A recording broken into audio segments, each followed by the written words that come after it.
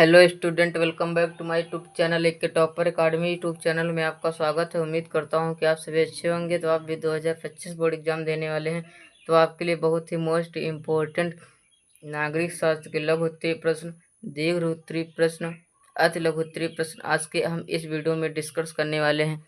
तो अभी तक वीडियो को लाइक नहीं किया तो लाइक कर लो, और चैनल पर नए हो तो चैनल पर सब्सक्राइब कर लो। तो इस चैनल पर 2025 बोर्ड एग्जाम की संपूर्ण तैयारी कराई जाएगी, पीडीएफ, हैंड राइटिंग और नोट्स के साथ। तो हमारा पहला नंबर प्रश्न है, भारत और पाकिस्तान के मध्य संघर्ष के प्रमुख कारणों की विवेचना कीजिए। और भारत और पाकिस्तान का संबंध सविस्तार से वर्णन कीजिए, ये प्रश्न है। इसका जो उत्तर है, भारत पाकिस्तान युद्ध 1948 में, 1965 में, 1971 में बांग्लादेश, 1999 कारगिल का युद्ध हुआ। अब देखते हैं हमारा कश्मीर मुद्दा। कश्मीर मुद्दा 1947 से 1948। जम्मू कश्मीर के राजा हरि सिंह 1965 में युद्ध हुआ। जो जम्मू कश्मीर के राजा हरि सिंह, कौन? हरि सिंह। और कब हुआ? 1965 में। 1965 में। सियाचिन ग्लेशियर नदी जल विवाद। सिंध मुख्य नदी मानसरोवर लद्दाख से बनती है, लद्दाख में बनती है। झेलम नदी पाकिस्तान भारत, सतलुज 80 से 20%। रावी ब्यास भारत, सतलुज 80% पाकिस्तान। अब देखते हैं हमारी सर क्रीक की समस्या। इसकी सर क्रीक की समस्या दलदली क्षेत्र गुजरात में है। जो दलदली क्षेत्र है वो गुजरात में है। अब हम देखते हैं हमारा अगला टॉपिक क्या कहता है। सार्क पर संक्षिप्त टिप्पणी लिखिए। सार्क द छेस, SAARC, इसका फुल फॉर्म होगा south Asian association for regional cooperation. अब देखते हैं हमारा अगला प्रश्न क्या कहता है। दक्षिण एशियाई क्षेत्र सहयोग संगठन स्थापना जब हुई थी दिसंबर 1985 ईस्वी में हुई थी। इसका जो मुख्यालय है वो काठमांडू। और काठमांडू कहाँ पड़ता है? नेपाल में पड़ता है। देश हैं 8 और बांग्लादेशी राजधानी ढाका है। जो बांग्लादेश की राजधानी है वो ढाका है। 8वां देश अफगानिस्तान है। 8वां देश भारत, पाकिस्तान, नेपाल, भूटान, बांग्लादेश, श्रीलंका, मालदीव, अफगानिस्तान है।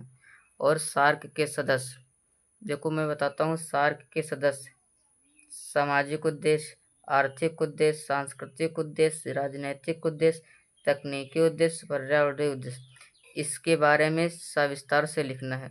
जैसे मैं 6 हेडिंग बता रहा हूँ और आप लोगों को 6 हेडिंग में 5-5 लाइन लिख देंगे तो आप लोगों की 30 लाइन हो जाएंगी। 30 लाइन होने का मतलब एक पेज आप लोगों का लिख जाएगा। एक पेज लिखने का मतलब आप लोगों को 5 से 8 नंबर पूर्ण रूप से दिए जाएंगे। और जो दीर्घ उत्तरीय प्रश्न होता है वो 250 शब्द का होता है। और दीर्घ उत्तरीय और लघु उत्तरीय 125 से 150 शब्द का होता है। और आप लोगों को इन सब हेडिंगों के बारे में अच्छे से लिखना होगा। अब देखते हैं हमारा अगला प्रश्न क्या कहता है। संयुक्त राष्ट्र सुरक्षा परिषद के किन्हीं 2 स्थायी तथा 2 अस्थायी सदस्यों के नाम लिखे। जो स्थायी सदस्य अमेरिका और फ्रांस हैं, अस्थायी सदस्य भारत और नॉर्वे हैं। जो स्थायी सदस्य और अस्थायी सदस्य, स्थायी सदस्य अमेरिका फ्रांस है और अस्थायी सदस्य भारत और नॉर्वे है। देखते हैं हमारा अगला क्वेश्चन क्या कहता है। क्वेश्चन, संयुक्त राष्ट्र संघ के अंगों के नाम लिखिए। जो संयुक्त राष्ट्र संघ है इनके अंगों के नाम लिखना है। महासभा, सुरक्षा परिषद, आर्थिक तथा सामाजिक परिषद, सचिवालय, अंतर्राष्ट्रीय न्यायालय। ये संयुक्त राष्ट्र संघ के अंग हैं।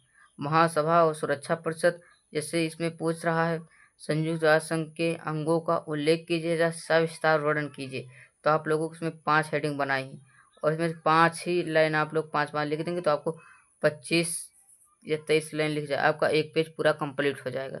और आप लोग अच्छे से लिख भी लेंगे। देखते हैं अगला प्रश्न क्या कहता है। अंतर्राष्ट्रीय न्यायालय कहाँ है? तो अंतर्राष्ट्रीय न्यायालय कहाँ है? वो हेग में है। हेग कहाँ पड़ता है? नीदरलैंड में। अब देखते हैं WTO क्या है। जो WTO क्या है? वर्ल्ड ट्रेड ऑर्गेनाइजेशन, विश्व, जिसे हिंदी में कहते हैं विश्व व्यापार संगठन कहते हैं। यह एक अंतर्राष्ट्रीय संगठन है। यह अंतर्राष्ट्रीय व्यापार से संबंधित नियमों को निर्धारित और संचालित करने की विकसित देशों की पहल पर आरंभ किया गया। स्थापना 1995 में हुई थी, जिसका मुख्यालय जिनेवा में पड़ता है। अब देखते हैं हमारा अगला प्रश्न क्या कहता है। हमारा प्रश्न है, संयुक्त राष्ट्र संघ की स्थापना कब हुई थी? जो संयुक्त राष्ट्र संघ की स्थापना कब हुई थी? 24 अक्टूबर 1945 को हुई थी। जो संयुक्त राष्ट्र संघ की स्थापना हुई थी वह 24 अक्टूबर 1945 को हुई थी। मानव अधिकारों के क्षेत्र में सक्रिय 2 अंतर्राष्ट्रीय संगठनों के नाम लिखे। जो मानव अधिकार हैं उनमें 2 सक्रिय अंतर्राष्ट्रीय संगठन हैं, उनका नाम लिखना।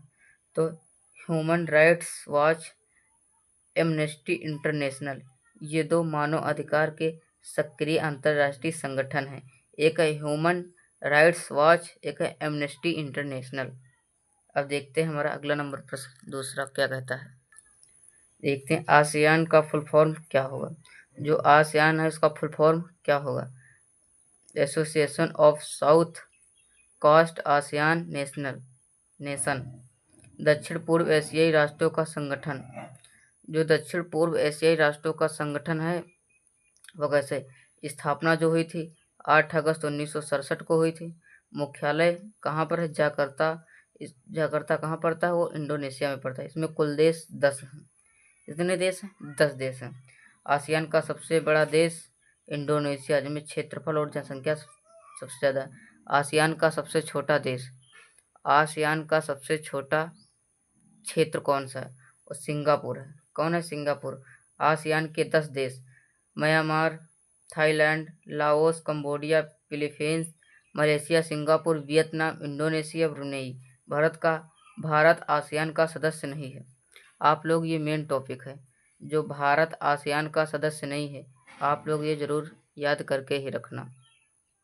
दाछेस सार्क है में 2 सदस्यों की एवं उनकी राजधानी बताएं। बांग्लादेश की जो राजधानी है वो ढाका है और नेपाल की जो राजधानी है वो काठमांडू है। हमने इसमें 15 प्रश्न डिस्कस किया हूँ। उम्मीद करता हूँ ज़्यादा से ज़्यादा आप लोगों को आते हैं। जो नहीं आते उन बता दो, मैं एक PDF या नोट्स बनाकर आप लोगों को प्रोवाइड करा दूंगा। तो वीडियो कैसा लगा? वीडियो अच्छा लगा तो वीडियो को एक लाइक कर दो, और चैनल पर नए हो तो चैनल को सब्सक्राइब कर दो। इस चैनल पर 2025 बोर्ड एग्जाम की संपूर्ण तैयारी कराई जाएगी PDF हैंडराइटिंग नोट्स के साथ।